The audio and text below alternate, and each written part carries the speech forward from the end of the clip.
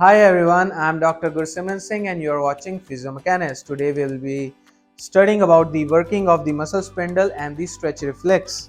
To understand the stretch reflex, we have to understand the anatomy of the muscle spindle. तो muscle spindle एक receptive organ है जो कि perceive करता है sensation of change in length of the muscle and velocity of change in length of the muscle. और जो muscle होता है उसके अंदर दो टाइप के फाइबर्स होते हैं, extrafusal fibres and intrafusal fibres. The extrafusal fibres are the one which I have drawn with the pink marker.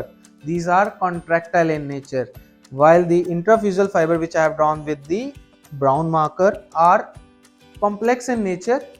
The belly part is non-contractile while the end part is contractile, and these are receptive organs. They perceive the sensation of change in length and velocity of change in length of the muscle fibers. To understand the stretch reflex, we will take an example of knee jerk.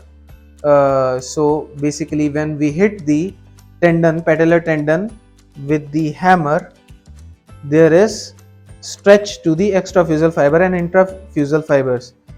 तो stretch आ रहा तो there is change in the length of the muscle fibers which is being perceived by the sensory nerves that are present over here.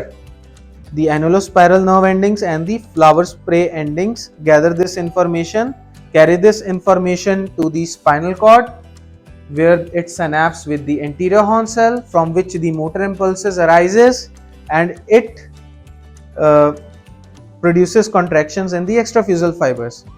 जब हम patellar tendon को hammer के साथ hit करते हैं तो सेंसरी इंपल्सेस अराइज करती हैं मसल स्पिंडल से, क्योंकि मसल के फाइबर की लेंथ चेंज हो रही है और वो स्पाइनल कॉर्ड में ट्रैवल करती है, स्पाइनल कॉर्ड में सिनैप्स बनाती है, सिनैप्स बनाने के बाद मोटर इंपल्सेस अराइज होती है through anterior horn cell and it supplies the extrafusal fibre through the alpha efferent. और एक्स्ट्राफ्यूजल फाइबर्स को जब मोटर इंपल्स मिलती है वो कॉन्ट्रैक्ट करते हैं और मूवमेंट देखते हैं। So this was all about stretch reflex. Now will talk about the maintenance of muscle tone by the muscle spindle.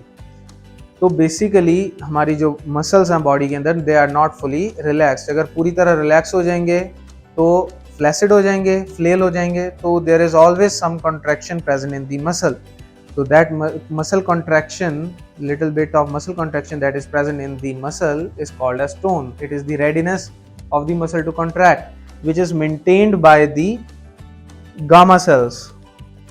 तो बेसिकली क्या हो रहा है, एक्स्ट्रा पिरामिडल फाइबर्स हैं, अपर मोटर न्यूरॉन से इंपल्सेस आ रही हैं गामा सेल्स को, और जो गामा सेल हैं वो मोटर इंपल्सेस जनरेट कर रही हैं जो कि ends of the intrafusal fibres, ends of the intrafusal fibre, as I have discussed earlier कि जो एंड्स होते हैं इंट्राफ्यूजल फाइबर्स के वो कॉन्ट्रैक्टाइल होते हैं, तो उनको गामा मोटर न्यूरॉन से इंपल्सेस जाएंगी, अब वो भी कॉन्ट्रैक्ट करेंगे। जब ये कॉन्ट्रैक्ट करेंगे तो जो इंट्राफ्यूजल फाइबर्स के जो मसल्स हैं वो स्ट्रेच होंगे, स्ट्रेच होंगे तो मसल के लेंथ के अंदर चेंज आ रहा है और वो रिकॉर्ड हो जाएगा through the primary afferents and the secondary afferents, जो कि इंपल्सेस लेके जाएंगे back to the anterior horn cell, और यहाँ से एंटीरियर हॉर्न सेल तो स्टिमुलेट होंगे ही होंगे, साथ में गामा सेल द्वारा से मतलब स्टिमुलेट होंगे, और यहाँ से इंपल्सेस एक्स्ट्राफ्यूजल फाइबर्स में जाएंगी और there will be contraction, and फिर से गामा मोटर सेल से इंपल्सेस जाएंगी to the contractile ends of the intrafusal muscle fibre, फिर मसल लेंथ चेंज होगी।